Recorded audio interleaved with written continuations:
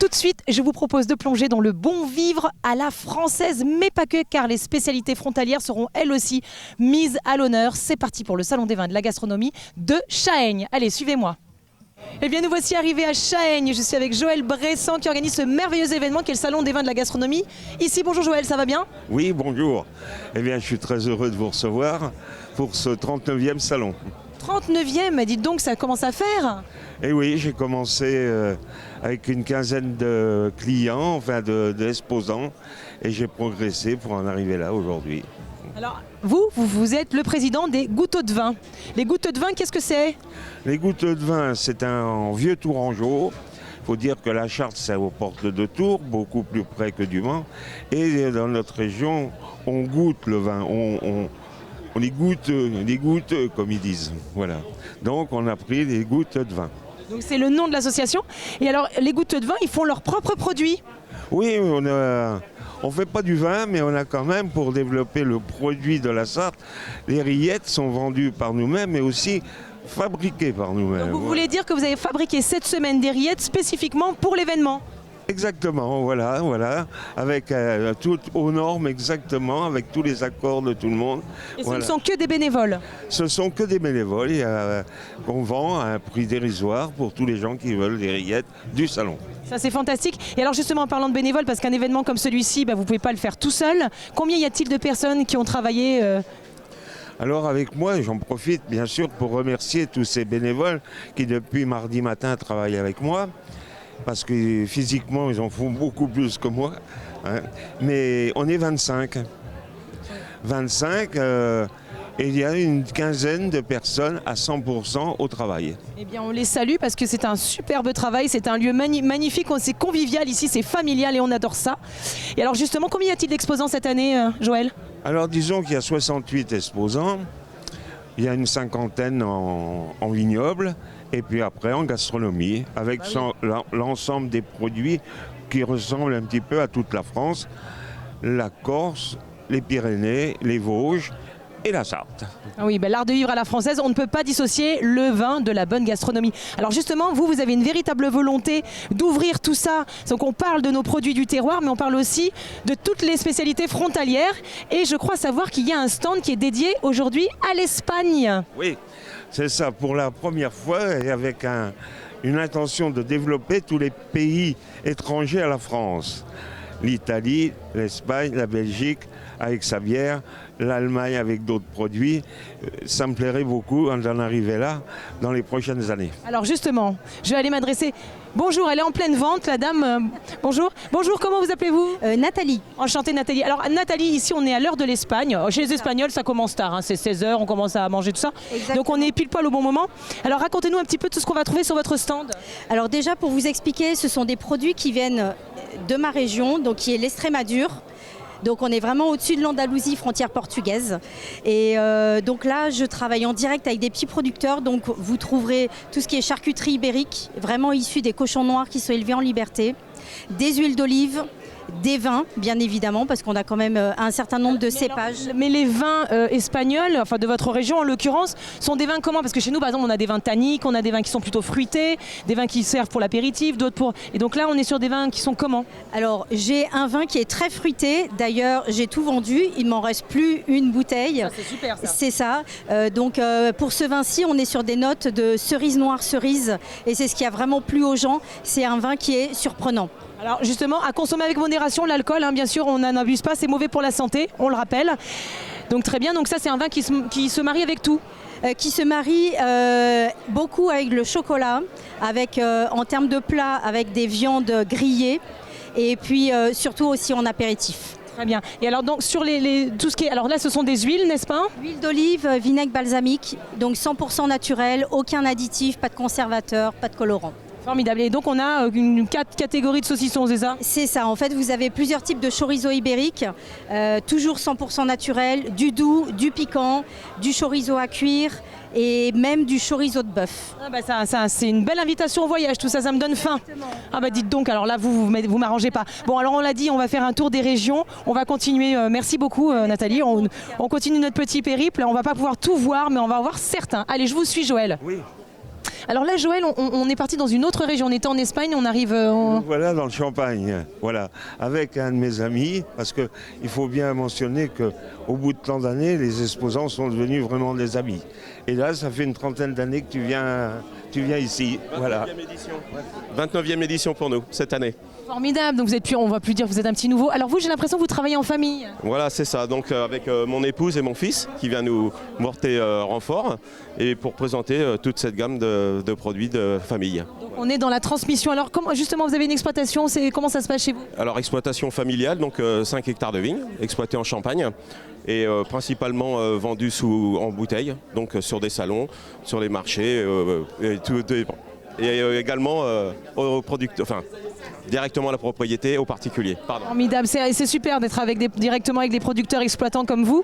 Alors là, je vois, on a trois champagnes, l'iconique, l'emblématique et le mythique. Alors on m'explique? Alors donc le mythique, c'était pour en hommage au cépage chardonnay, le mythique, voilà. Donc c'est un 100% chardonnay. L'iconique, c'est un 100% cépage noir, donc avec 80% meunier et 20% pinot noir. Et l'emblématique, c'est en fait l'emblème de notre maison, c'est les assemblages correspondant au cépage sur notre exploitation. 70% meunier, 20% chardonnay et 10% pinot noir. Donc avant, vous parlez de transmission, mais avant vous, vos parents étaient aussi également exploitants? Oui, c'est ça. Donc j'ai repris les vignes de mes arrière-grands-parents. C'est magnifique. Voilà, donc 4e génération pour moi, 5e génération avec mon fils qui arrive. Fantastique, la transmission c'est merveilleux. Et alors pourquoi vous tenez à tout prix à revenir ici? 30 ans, ça fait beaucoup quand même. Ben oui, mais on est bien reçus. Voilà, la clientèle est toujours au rendez-vous et on passe un bon moment. Et on a sympathisé également avec des gens dans le secteur et on passe des très bons moments. On est bien en Sarthe. Hein. On est très bien en Sarthe. Et Joël, il est super sympa. Et accueillant. Voilà. Bon bah super, merci beaucoup. Merci. Alors Joël, on est où maintenant? On est en Alsace, je crois. Alors, nous voilà arrivés en Alsace. Voilà, on traverse la France un petit peu dans tous les sens. Voilà, parce que j'ai mon ami, monsieur Benoît, c'est son papa avec qui j'ai commencé. Et c'est devenu une grande famille puisque lui-même s'est marié avec une jeune femme de la Sarthe. Vous avez épousé une Sartoise en bon alsacien? Exactement, oui. Elle est venue à moi lors d'un stage parce que les parents de Geneviève étaient déjà clients chez mes parents à l'époque. Et comme le vin leur plaisait, ils ont poussé à vous épouser. Oui. Pas tout de suite à épouser, déjà à venir voir le vignoble et tout ça. Et c'est après à être venu chez nous qu'il y a eu cette rencontre. Et alors ce vignoble, il représentait quoi en termes de superficie, de surface? Alors on est un vignoble familial, donc on a une 13 hectares avec tous les cépages alsaciens qui est installé au sud de Colmar. Et ça fait maintenant... 50 ans que je travaille là-dessus. Magnifique, on continue dans cette histoire de famille, de convivial, de transmission. Alors du coup, on a combien de vins aujourd'hui que vous présentez chez vous? Alors ici, on en a une douzaine de vins et tous ne sont pas sur la table. Mais on travaille aussi tout ça en bio et en biodynamie depuis 20 ans maintenant. Ah, mais c'est très important ça, il faut le dire. C'est pour ça que je veux. Alors comment ça se passe? Alors qu'est-ce qui fait qu'on définit un vin bio? Un vin bio, enfin déjà la bio simple, c'est refuser d'utiliser de la chimie de synthèse dans l'agriculture.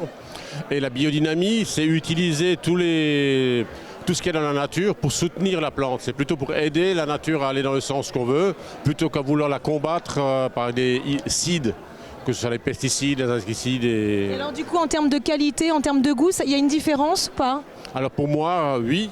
Déjà dans la structure des vins, la qualité des acides est supérieure. Et l'acide dans le vin est très important, c'est ce qui se fait la tenue du produit. Donc ça se travaille différemment en termes de... Alors on est toujours en travail en préventif. Il faut toujours être attentif à ce qu'on fait à l'extérieur. Et dans le travail général, on est beaucoup plus serein en travaillant en bio parce qu'on ne travaille pas avec des produits qui sont dangereux. On travaille avec la nature qui est autour de nous. Mais ça ne veut pas dire laisser faire, ça ne marche pas non plus. Et donc le produit se conserve plus longtemps, mieux, ou c'est sensiblement la même chose? Alors la conservation est sur un autre ordre. Quand on est dans la viticulture dite conventionnelle, on est dans le bridage, on bloque les choses. Quand on est dans le côté relâché, là c'est la structure du vin d'origine qui fait la tenue. Donc on est sur un autre schéma d'équilibre. En tout cas, ça donne très envie. Merci beaucoup. Et puis c'est super, bonne continuation. Et puis c'est bien, il faut continuer à venir. Ben oui, on espère encore continuer longtemps. On perpétue. Aussi longtemps qu'ils veulent bien nous accueillir ici. Ah bah, je crois qu'a priori avec Joël c'est bon, hein. C'est bon pour vous, vous faites partie de la famille hein, maintenant. La grande famille de Joël, voilà. Merci beaucoup. Alors Joël, là on revient dans la gastronomie. Local, enfin local, bonne française, parce que toute l'ail, l'échalote, les oignons qui poussent à travers la France sont représentés par Picotin. Mon ami André. Bonjour André, comment ça va? Ça va pas mal. Oui. Alors André, il paraît que vous êtes une figure du salon, vous. Ça fait un certain temps qu'on se côtoie avec mon ami Joël, à un tel point que à chaque fois ma femme me condamne et elle me dit tu vas te faire battre par Joël, un jour tu vas arriver, tu n'auras même plus de place. Eh bien j'ai dit on partira, c'est tout. Bah, apparemment vous aurez toujours de la place parce que Joël vous aime beaucoup. Alors vous nous proposez de l'ail, des échalotes. On propose que des produits qui servent à la base de la bonne cuisine, c'est-à-dire de l'ail, des échalotes. Échalotes, la seule qui a l'appellation qu'on peut appeler échalote, c'est l'échalote grise, qu'on mange avec les huîtres et qui est la base du beurre blanc. Et autrement, vous avez l'oignon échalote. Alors quelle est la différence entre l'oignon échalote et l'échalote grise? Eh bien, l'échalote grise est pratiquement plus fabriquée, enfin plus faite pousser par les jardiniers, sous prétexte qu'ils ne la réussissent plus. On a du mal à trouver les plants.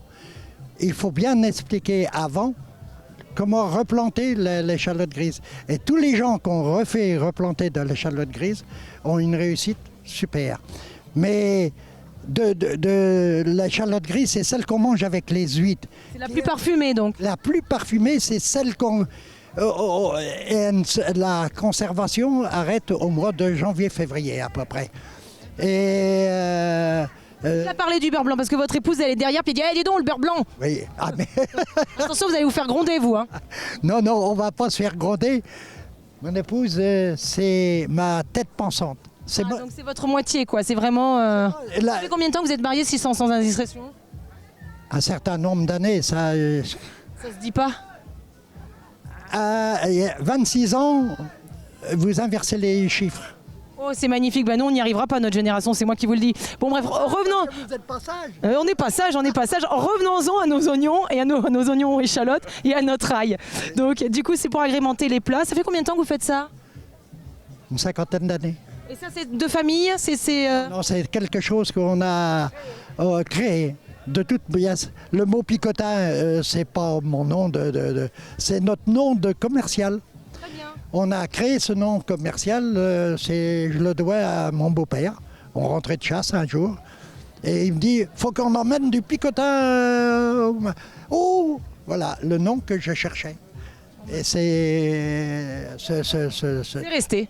Voilà, donc les picotins, prenez-en de la graine. 62 ans de mariage, c'est merveilleux. Et en plus, ils font des super bons produits pour agrémenter tous vos plats. Bon, mon cher Joël, est-ce qu'on a des petites choses à nous annoncer prochainement? Eh bien, pour le 40e anniversaire, que j'ai déjà bien commencé à me mettre en route, à imaginer et aussi à essayer de signer des contrats, non pas pour améliorer la qualité des produits parce qu'ils sont déjà arrivés, mais pour avoir un spectacle le samedi soir qui marquera le 40e. Bon, mais je sens que ça va être une sacrée grande fête et puis les picotins seront là évidemment parce que sans les picotins, il n'y a pas de salon des vins, en plus ça rime. Bon, l'émission est déjà terminée et oui, les bonnes choses ont une fin, mais c'est pas grave, on se retrouve la semaine prochaine pour de nouvelles aventures et en attendant, prenez bien soin de vous, je vous embrasse.